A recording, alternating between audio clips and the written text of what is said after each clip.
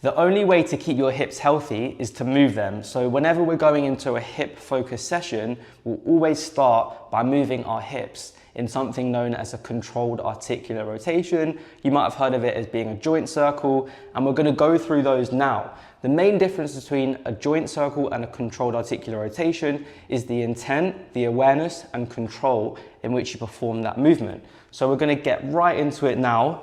And to begin with, we're going to lie on our side. You can use a pillow or a yoga block, which I'm using today.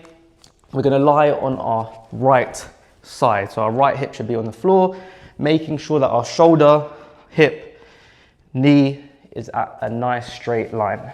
From there, you're going to get the bottom arm out to your side, squeeze and make a fist, and cup that fist with your other hand.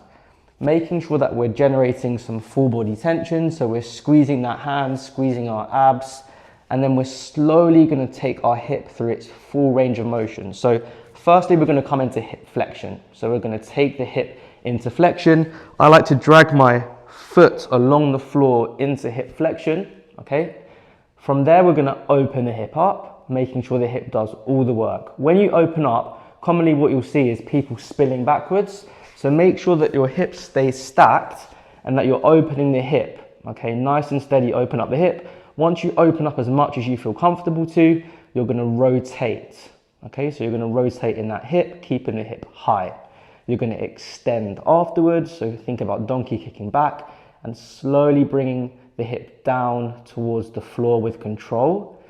You're gonna meet the knees, so have them to touch, and then you're gonna reverse. So you're gonna kick back, open up, keep breathing, squeezing that hip, bring it all the way back in, nice and steady. So remember, when you're doing this movement, don't go into any areas of pain or discomfort, just keep it nice and easy, but with slow, controlled movement. So we've just rotated into extension and down, and then we're going to reverse. So we're going to kick back, open it up, externally rotate as you come back into hip flexion, and then slowly back down.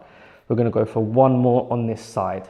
Into hip flexion, out wide into abduction, rotate as you kick back, bring the knees down and together, and then reverse. So you're going to kick back, open it up, rotate around,